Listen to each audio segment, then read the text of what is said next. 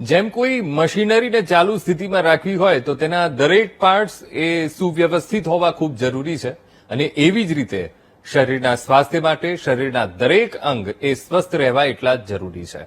નમસ્કાર, વીટીવી ન્યૂઝની એ આ વિશેષ રજૂઆતમાં આપનું સ્વાગત છે. હું છું અંકુર રાવલ. અહીંયા બે અંગો, બાહ્ય અને અંતઃ, આ બંનેની આપણે વાત કરી રહ્યા છીએ. બાહ્ય અંગો જેટલા મજબૂત હોય એટલા જ અંતઃ અંગો પણ સ્વસ્થ રહેવા જરૂરી છે. ત્યારે શરીરના એક મહત્વના અંગ લીવર વિશે ચર્ચા કરવી છે. લીવર આપણા શરીરનું મહત્વપૂર્ણ અભિન્ન અંગ એટલા માટે પણ કહેવાય છે કેમ કે ખોરાકના પાચનથી લઈને શરીરને ડિટોક્સિફાય કરવા સુધીના કાર્યોમાં લીવરનો ખૂબ મહત્વનો રોલ છે. પણ વર્તમાન સમયમાં લીવરને જ મોટા ભાગનો વર્ગ અવગણી રહ્યો છે. ઘણા ખરા લોકોને ખબર જ નથી કે લીવરનું તંત્ર બગડે એટલે શરીરમાં ઘણા પ્રકારની સ્વાસ્થ્ય સમસ્યાઓ ઊભી થાય. ત્યારે આજે જાણવું છે કે વર્તમાન સમયમાં લીવરના રોગોમાં ટ્રેન્ડ કેવો અને કેટલો બદલાયો છે. સમાજનો એક બહોળો વર્ગ આજે ફેટી લીવરની સમસ્યાથી પીડાઈ રહ્યો છે. ત્યારે આ ફેટી લીવર કેટલું ઘાતક છે તેમજ લીવરને લગતી અન્ય કયા કયા રોગ થઈ શકે છે એ તમામ બાબતે માહિતી મેળવવી છે અને જેના માટે આપણી સાથે સ્ટુડિયોમાં જોડાયા છે શેલ્બી હોસ્પિટલના senior consultant and head HPB and liver transplantation surgeon અને જેમનો આ ક્ષેત્રમાં 15 વર્ષથી પણ વધુનો બહોળો અનુભવ છે તેવા ડોક્ટર દિવાકર જૈન. જૈન સાહેબ, ખૂબ ખૂબ આપનું સ્ટુડિયોમાં સ્વાગત છે. Thank you. ખૂબ મહત્વપૂર્ણ વિષય ઉપર આજે આપણે ચર્ચા કરવી છે. 15 વર્ષનો તમારો આ ક્ષેત્રમાં બહોળો અનુભવ છે. ત્યારે ખાસ તો આપની પાસેથી એ સમજવું છે કે છેલ્લા કેટલાક વર્ષોમાં લીવરના રોગોમાં ટ્રેન્ડ કેવી રીતે બદલાયો છે અને એનું પ્રમાણ કેવી રીતે વધી રહ્યું છે. હવે પેલા છે ને આ વસ્તુનો જવાબ જાણીએ એની પેલા એક વસ્તુ સમજી લેવું જરૂરી છે કે લીવરના મોટા ભાગના રોગો લાઇફસ્ટાઇલ રિલેટેડ રોગો હોય છે. એટલે છેલ્લા જે થોડાક વર્ષોમાં, છેલ્લા 15-20 વર્ષોમાં આપણી જે લાઇફસ્ટાઇલ બદલાઈ છે, લાઇફસ્ટાઇલ કઈ રીતે બદલાઈ છે તો આપણું જીવનશૈલી છે એ બેઠાડી જીવનશૈલી ચાલુ થઈ છે.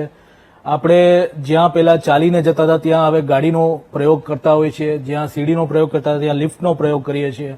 આપણું ખાનપાનમાં પણ હવે ઘણા ફેરફાર આવ્યા છે. આપણે બહારનું ખાવાનું ચાલુ કર્યું છે. પીઝા, બર્ગર, એ પ્રકારના બટર અને ચીઝથી લેસ એવા પ્રોડક્ટ્સ આપણે આપણા શરીરમાં વધારે પ્રમાણમાં અંદર દાખલ કરી રહ્યા છીએ. તો આ જે વસ્તુ, આજે લાઇફસ્ટાઇલ બદલાઈ છે તેને લીધે લીવરના જે રોગો છે એનું પ્રમાણ આપણા સમાજમાં અને આપણા હોસ્પિટલ્સમાં વધારે જોવા મળે છે. જેમ કે ફેટી લીવર છે, આલ્કોહોલિક લીવર ડિઝીઝ છે. આ જે બધા રોગો છે એ બધા લાઇફસ્ટાઇલ રિલેટેડ રોગો છે અને જેમ લાઇફસ્ટાઇલમાં પરિવર્તન આવ્યા છે એને લીધે આ રોગોનું પ્રમાણ વધારે હવે જોવા મળે છે.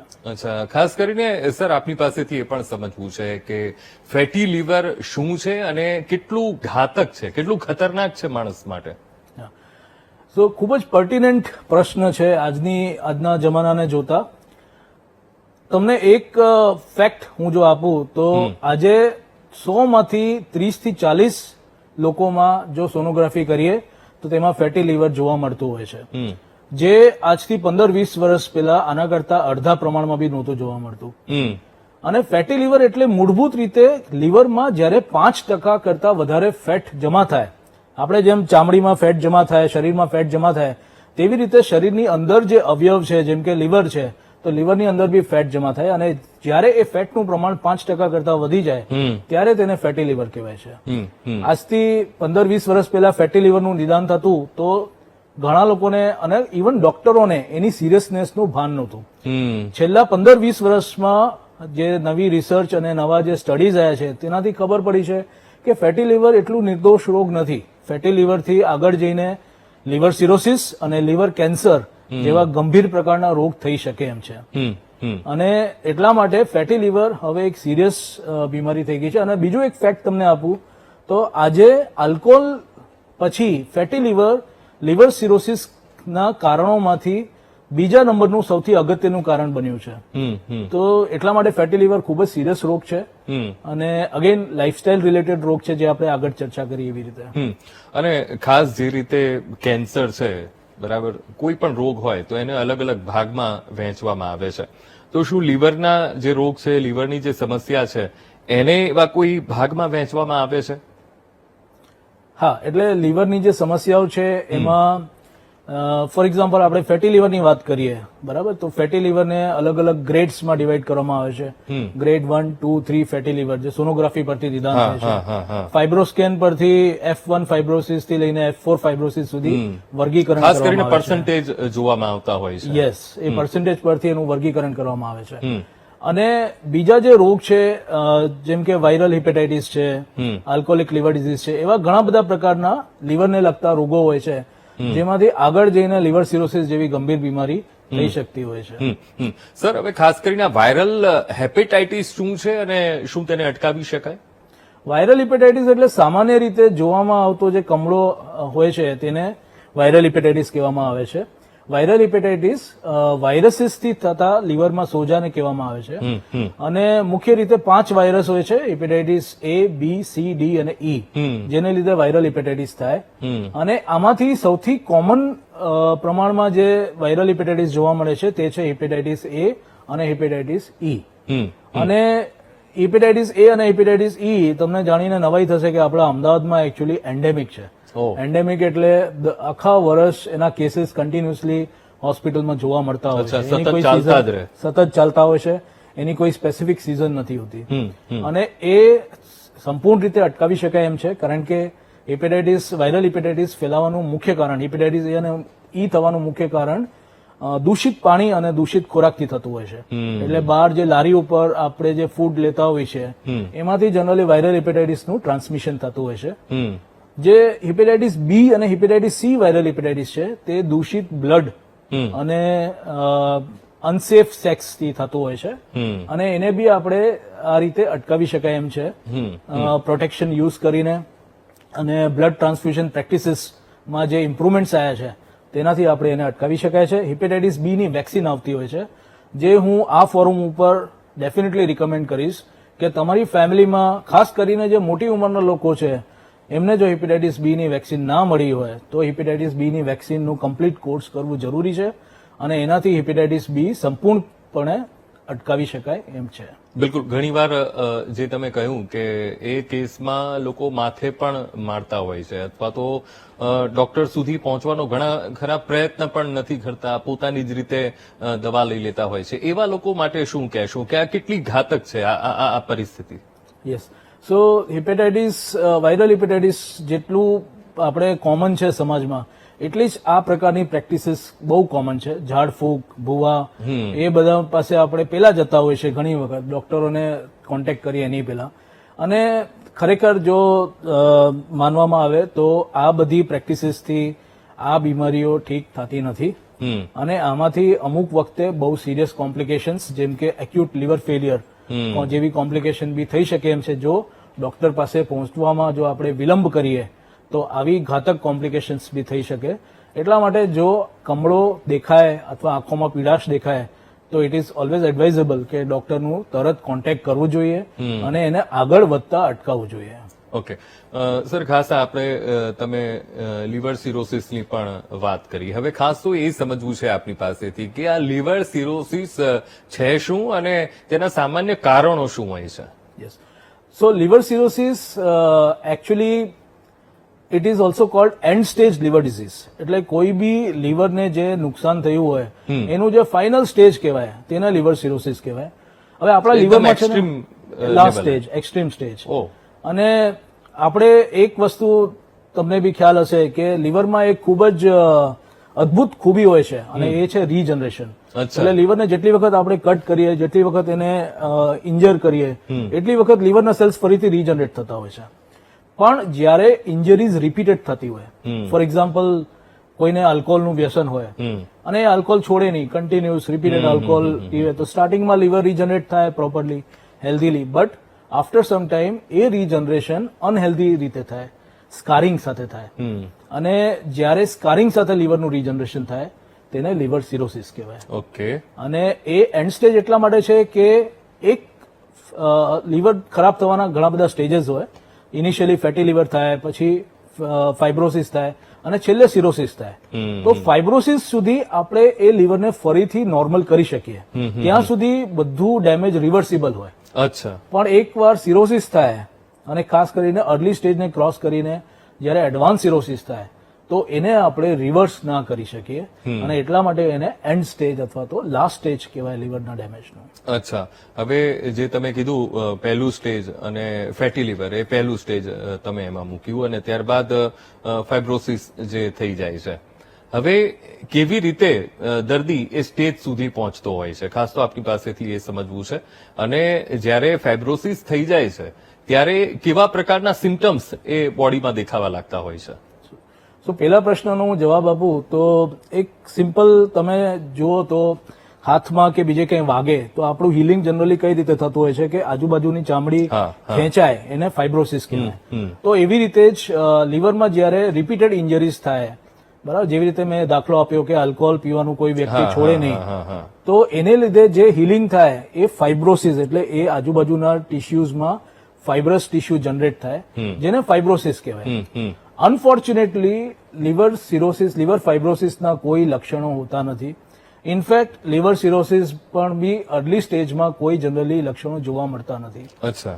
અને એટલા માટે જ એ બીમારીનું અર્લી સ્ટેજમાં નિદાન કરવું થોડુંક ડિફિકલ્ટ હોય છે. ઓકે. અને મોટાભાગના સિમ્ટમ્સ ત્યારે આવતા હોય છે જ્યારે સિરોસિસ એડવાન્સ સ્ટેજમાં જતું હોય. અચ્છા, તો એના લક્ષણો અને ચિહ્નો કેવી રીતે દેખાય છે ખાસ દર્દીને, કેવી રીતે ખબર પડે? યસ.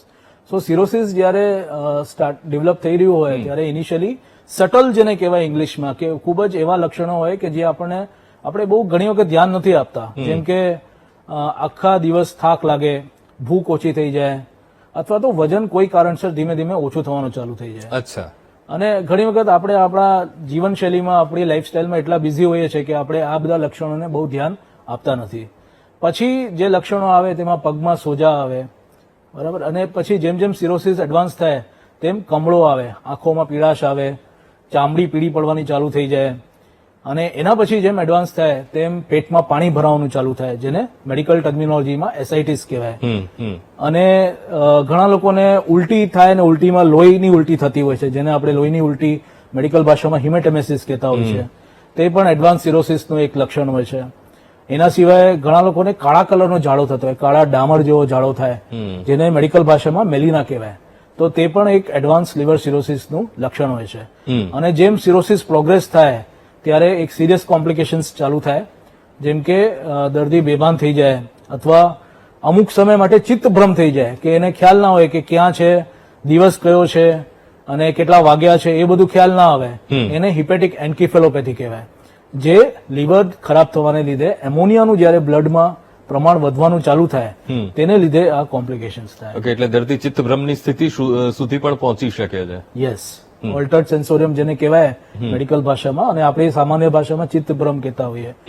અને એની શરૂઆત બી બહુ સટલ સાયન્સથી થાય, જેમ કે ભૂલવાનું, યાદદાસ્ત થવાની ઓછી થઈ જાય, ખૂબ નાના સિમ્ટમ્સ આવે અને એને આપણે જયારે ધ્યાન ના આપીએ ત્યારે આપણે સિરિયસ કોમ્પ્લિકેશન્સ અને સિરિયસ સિમ્ટમ્સ આવવાના ચાલુ થઈ જાય. ઓકે, હવે જયારે આપણે લીવર સિરોસિસની વાત કરી રહ્યા છીએ ત્યારે શું ડોક્ટર એ દવાઓથી ક્યોર કરી શકાય છે? લીવર સિરોસિસમાં અર્લી લીવર સિરોસિસ સુધી દવાનો રોલ હોય છે. દવાથી એ સિરોસિસને ક્યોર કરીને લીવર પાછું રિવર્ટ બેક કરી શકાય. જ્યારે સિરોસિસ એડવાન્સ સ્ટેજમાં પહોંચે, જ્યારે સિરિયસ સિમ્ટમ્સ આવવાના ચાલુ થઈ જાય ત્યારે દવાનો રોલ માત્ર એટલો હોય છે કે જે સિમ્ટમ્સ અને જે સાઇન્સ આવે, જે લક્ષણ આવે, એ લક્ષણોને કંટ્રોલ કરવા માટે દવાનું વપરાશ થતું હોય છે. ફોર એક્ઝામ્પલ કે પેટમાં પાણી ભરાયું તો એના માટે ડાયુરેટિક્સ નામની દવા આવે જેનાથી પેટનું પાણી ઓછું થઈ જાય. પગમાં સોજા આવે તો તેના માટે બી દવા આવતી હોય જેનાથી પગના સોજા ઓછા થઈ જાય. દર્દીને હિપેટિક એન્કેફેલોપેથી એટલે ચિત્તભ્રમ વાળું કોમ્પ્લિકેશન થાય તો તેના માટે બી અમુક લેક્ચ્યુલોઝની દવાઓ આવતી હોય છે જેનાથી એમોનિયા ઓછું થાય અને દર્દી પાછું નોર્મલ અવસ્થામાં આવી જતું હોય છે. પણ આ દવાઓનો રોલ ખાલી સિમ્ટમ્સ અને લક્ષણોને કંટ્રોલ કરવા માટેનો હોય છે, પણ એ સિરોસિસને ક્યોર નથી કરતું. સિરોસિસ જે છે એ પ્રોગ્રેસિવ કન્ટિન્યુઅસ પ્રોગ્રેસ થતું રહે અને અમુક સમય પછી દવા લીધા પછી પણ કોમ્પ્લિકેશન્સ અને સિમ્ટમ્સ ચાલુ રહેતા હોય છે. ઓકે, તો એના માની લો દવા ચાલુ છે તો હવે સિમ્ટમ્સને એ કંટ્રોલ કરે છે, તો હવે એને જડમૂળથી મટાડવા માટે ડોક્ટર આપ કેવી રીતે નિદાન કરો છો, તેની સારવાર કેવી રીતે કરો છો? સો લીવર સિરોસિસ મને જડમૂળથી મટાડવું હોય તો તેના માટે જે બેસ્ટ ઓપ્શન હોય છે તે છે લીવર ટ્રાન્સપ્લાન્ટેશન. અચ્છા. સો લીવર ટ્રાન્સપ્લાન્ટેશનથી આપણે લીવર સિરોસિસને જડમૂળથી મટાડી શકીએ છીએ. ઓકે, તો આ એકમાત્ર ઉપાય છે લીવર ટ્રાન્સપ્લાન્ટેશન, અને ખાસો આ છે શું, અને એ પણ આપની પાસેથી સમજવું છે કે એની કેવી રીતે એ આખી પ્રક્રિયા થતી હોય છે. લીવર ટ્રાન્સપ્લાન્ટેશન એટલે એક સ્ટેટમેન્ટમાં હું જો કહું તો ખરાબ લીવરને કાઢીને અને એની બદલે નોર્મલ ફંક્શનિંગ લીવર મૂકવું સર્જરી દ્વારા, તેને લીવર ટ્રાન્સપ્લાન્ટેશન કહેવાય. અને લીવર ટ્રાન્સપ્લાન્ટેશન નોર્મલી બે રીતે થતું હોય છે. એક જે છે તેને કહેવાય ડિસીઝ ડોનર લીવર ટ્રાન્સપ્લાન્ટેશન, અથવા સામાન્ય ભાષામાં આપણે કેડેવરિક લીવર ટ્રાન્સપ્લાન્ટેશન તરીકે ઓળખતા હોય છે. અને બીજું છે લિવિંગ ડોનર લીવર ટ્રાન્સપ્લાન્ટેશન. તો કેડેવરિક અથવા ડિસીઝ ડોનર લીવર ટ્રાન્સપ્લાન્ટેશન એટલે જે કોઈના રિલેટિવ્સ બ્રેઇન ડેડ થઈ જતા હોય છે અને એ લોકો અંગદાન કરવાનું નક્કી કરે, તો એમાંથી જે લીવર મળતું હોય છે તેને કહેવાય કેડેવરિક અથવા તો deceased donor liver transplantation. Living donor liver transplantation એટલે આ દર્દીની ફેમિલીમાંથી કોઈ એના લીવરનો એક ભાગ દાન આપે, તેને લિવિંગ ડોનર લીવર ટ્રાન્સપ્લાન્ટેશન કહેવાય છે. ડોક્ટર, ખાસ તો આપની પાસેથી પણ સમજવું છે કે લીવર સિરોસિસમાં લીવર ટ્રાન્સપ્લાન્ટેશન એ ક્યારે આ પ્રક્રિયા એ જરૂરી બની જાય છે? યસ, તો આપણે આગળ જેમ લીવર સિરોસિસના લક્ષણો વિશે ચર્ચા કરી, તો એમાં ઇનિશિયલ સ્ટેજમાં જ્યારે બહુ લક્ષણો ના હોય અથવા તો લક્ષણો દવાથી કંટ્રોલ થઈ જતા હોય, ત્યારે આપણે દવાથી આપણી ગાડી આગળ ચલાવી શકીએ અને એ વખતે લીવર ટ્રાન્સપ્લાન્ટેશન માટે આપણે રાહ જોઈ શકીએ. પણ જ્યારે એવું સ્ટેજ આવે કે લક્ષણો દવા લીધા પછી બી પરસિસ્ટન્ટ હોય, દવા ચાલુ હોય ને છતાં કમળો ચાલુ હોય, દવા આપણે આપતા હોઈએ પણ છતાં પેટમાં પાણી ભરવાનું કન્ટિન્યુઅસલી ચાલુ હોય, અને એવી નોબત આવી જાય કે અઠવાડિયે 2 અઠવાડિયે આપણે પાણી ખેંચાવવાની જરૂર પડે, અચ્છા, બરાબર, અથવા તો લીવર સિરોસિસને લીધે કોમ્પ્લિકેશન્સ આવવાના ચાલુ થાય, જેમ કે લીવરને લીધે કિડની ઉપર અસર થવાની ચાલુ થાય. કિડનીઝ અધરવાઇઝ નોર્મલ હોય પણ લીવર સિરોસિસને લીધે ક્રિએટિનિન વધવાનું ચાલુ થાય અને કિડનીઝમાં નુકસાન થવાનું ચાલુ થાય, પેશાબ આવવાનું ઓછું થઈ જાય. જ્યારે કોમ્પ્લિકેશન્સ થાય આ પ્રકારના, અથવા તો લીવર સિરોસિસને લીધે લીવરમાં કેન્સરની ગાંઠ બની જાય, તો આવા બધા સ્ટેજમાં જ્યારે દર્દી પહોંચે ત્યારે લીવર ટ્રાન્સપ્લાન્ટેશનની જરૂર પડતી હોય છે. બિલકુલ. તો દર્શક મિત્રો, આપણે ખાસ તો વાત કરી રહ્યા છીએ લીવરને લઈને, લીવરને લગતી બીમારીઓને લઈને ક્યાંથી ક્યાં સુધી વ્યક્તિ પહોંચી શકે છે. જો શરૂઆતના તબક્કામાં લીવર ઉપર ધ્યાન ન આપ્યું અને લીવરના રોગમાં તમે જો સપડાવો છો તો કેટલી ઘાતકતા એ ઘાતક સ્થિતિ સુધી પહોંચાડી શકે છે આ લીવરની બીમારી, એ આપણે ડોક્ટર પાસેથી સાંભળ્યું. અને આગળ એ પણ આપણે સમજવું છે, કારણ કે લીવર ટ્રાન્સપ્લાન્ટેશનની જ્યારે આપણે વાત કરી રહ્યા છીએ ત્યારે એ સફળતા નક્કી કરતા પરિબળો કયા છે એ પણ સમજવા છે. પણ એક બ્રેક બાદ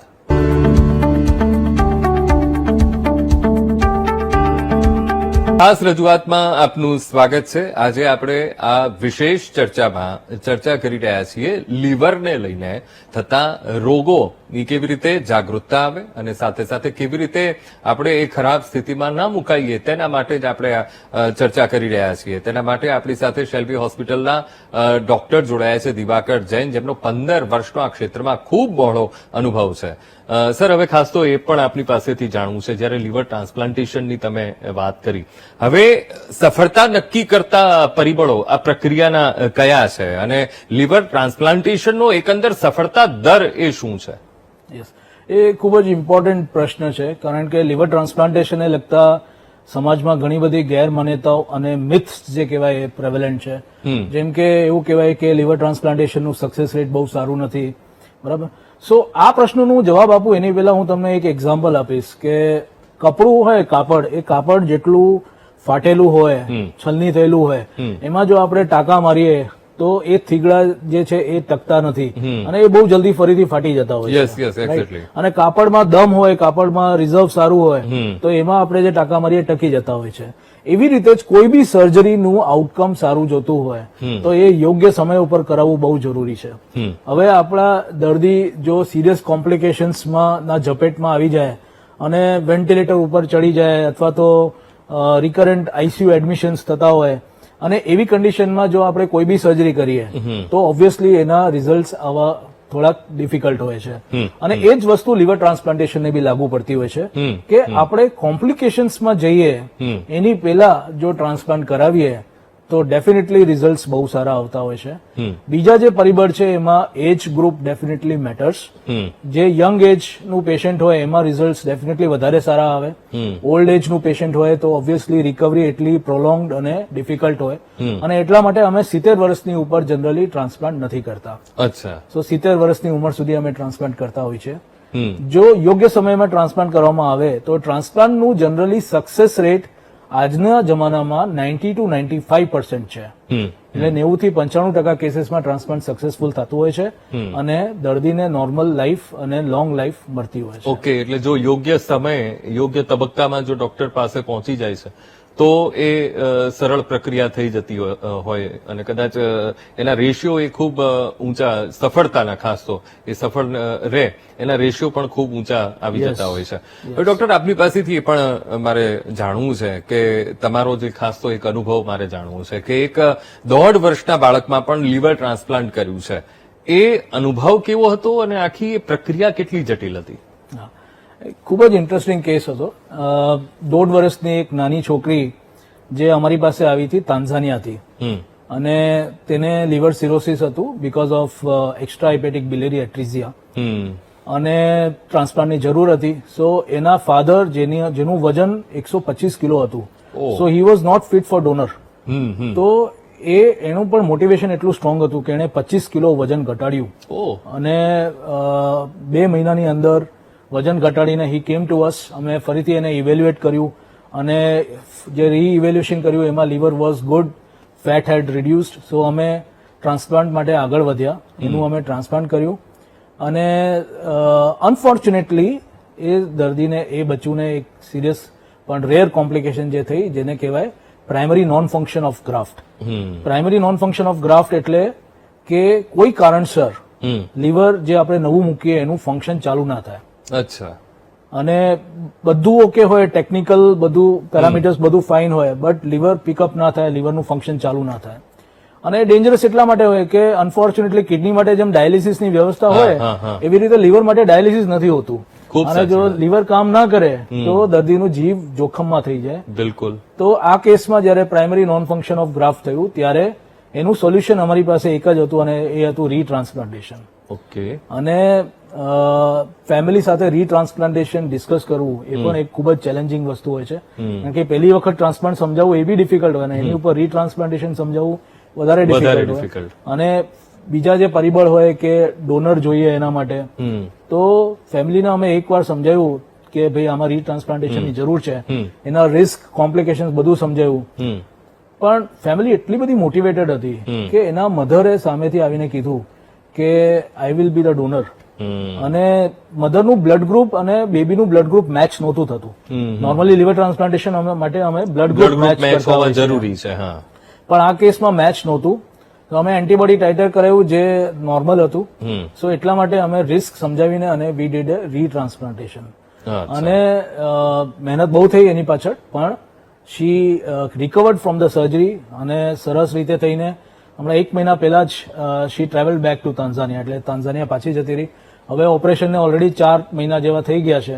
શી is doing well. So interesting case એટલા માટે કે 1.5 વર્ષનું છોકરુંમાં ટ્રાન્સપ્લાન્ટ થયું હોય. She is the youngest liver recipient in state of Gujarat. ગુજરાતમાં આના કરતા નાની ઉંમરમાં કોઈનું ટ્રાન્સપ્લાન્ટ થયું નથી. અને બીજી વસ્તુ કે એક જ પેશન્ટમાં રીટ્રાન્સપ્લાન્ટેશન કરીને હા. અને એ સક્સેસફુલ થયું હોય અને એ પણ એબીઓ આ તો ઇનકોમ્પેટિબલ. ડબલ સિદ્ધિ થઈ. અને એક તો નાનું બાળક, એ નાની બાળકી, યસ. એમાં ટ્રાન્સપ્લાન્ટેશન અને પ્લસ પાછું બીજી વાર પણ તમારે એ આખી પ્રક્રિયા કરવી પડી. એટલે ખરેખર અને એ એક પણ માઇલસ્ટોન થઈ ગયું. અને એ પણ blood group mismatch. Yes yes. આ ત્રીજું That was the પાછું ત્રીજી એક વસ્તુ. યસ. પણ everything was possible because of the parents. જેના yes. મધર ફાધર જે હતા એ લોકો એટલા બધા મોટિવેટ હતા કે અમારે પરિવારનો ગમે તેમ સપોર્ટ કરીને અને પરિવારની એ બહુ ભાવના જરૂરી ખૂબ છે. મજબૂત હોવી જોઈએ તો ખૂબ જ આ જરૂરી શક્ય છે. બને. Yes, yes, exactly. હવે એક ખાસ તો આપની પાસેથી એ પણ સમજવું છે ડોક્ટર કે હૃદયની બાયપાસ સર્જરી એની સાથે લીવર ટ્રાન્સપ્લાન્ટ કરનાર ગુજરાતની એકમાત્ર જે આખી શેલ્બી હોસ્પિટલની જે આ તમારી ટીમ છે એ ટીમમાંથી તમે એક છો. આ અનુભવ ખાસ અમારા દર્શક મિત્રો સાથે તમે શેર કરો.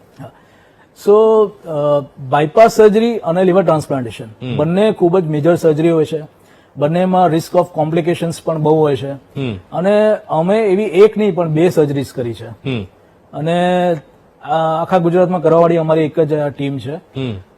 રિસ્ક એટલા માટે હોય કે બાયપાસ સર્જરીના પોતાના કોમ્પ્લિકેશન્સ હોય, કિડનીઝ ઉપર નુકસાન થઈ શકે, યુરિન આઉટપુટ બંધ થઈ શકે, બ્લીડિંગ થઈ શકે, અને ખાસ કરીને લિવર સિરોસિસના દર્દીમાં બાયપાસ કરવું એટલે બ્લીડિંગનું રિસ્ક બહુ વધારે હોય છે. અચ્છા. અને એ કર્યા પછી 2 કલાક પછી એ જ દર્દીમાં લીવર ટ્રાન્સપ્લાન્ટેશન કરવું, અને દેટ ઇઝ અનધર 10 થી 12 કલાકની બીજી લાંબી સર્જરી.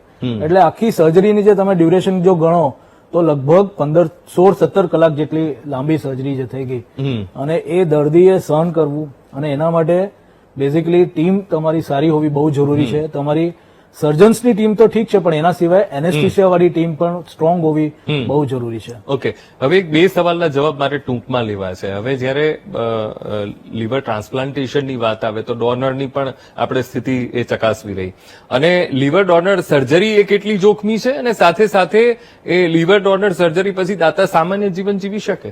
ટૂંકમાં મારે ખાસ તો સમજવું છે. Yes. So liver donor surgery generally જોખમ હોતું નથી બહુ, પણ આપણા જીવનમાં જેમ અકસ્માત થઈ શકે તો અકસ્માતનું જે જોખમ હોય દેટ ઇઝ 0.2 થી 0.3% જેટલું જોખમ, અને એ લાઈફનું જોખમ ડોનરમાં હોય જે લીવર ડોનેટ કરે એને. પણ જો એ અર્લી સ્ટેજમાંથી નીકળી જાય તો એના પછી એને આખી લાઈફ જનરલી નોર્મલ રહેતી હોય છે, કારણ કે લીવર પાછું રીજનરેટ થઈ જતું હોય છે. 1.5 મહિનામાં જેવું હતું એવું જ થઈ જતું હોય છે. એટલે આ સર્જરીને લીધે દાતા જે હોય એને આગળની જિંદગીમાં કોઈ બીજો કોઈ તકલીફ થતી નથી. એ નોર્મલી બધું કામ કરી શકે. 2 થી 3 મહિના અમે જનરલી એડવાઇસ કરતા હોય છે કે ભારે વજનવાળું કામ નહીં કરવાનું, પણ એના પછી એ જીમ જઈ શકે. નોર્મલી બધી જે લાઈફસ્ટાઈલ એની જે અત્યારે છે એ જ લાઈફસ્ટાઈલ એની ઓપરેશન પછી રહેતી હોય છે. ઓકે ઓકે ડોક્ટર, આપ અમારી સાથે જોડાયા, ચર્ચામાં ભાગ લીધો એ બદલ આપનો ખૂબ ખૂબ આભાર. Thank you. તો દર્શક મિત્રો, અમારી આ ખાસ રજૂઆતમાં હાલ બસ આટલું જ. મને આપશો રજા. નમસ્કાર.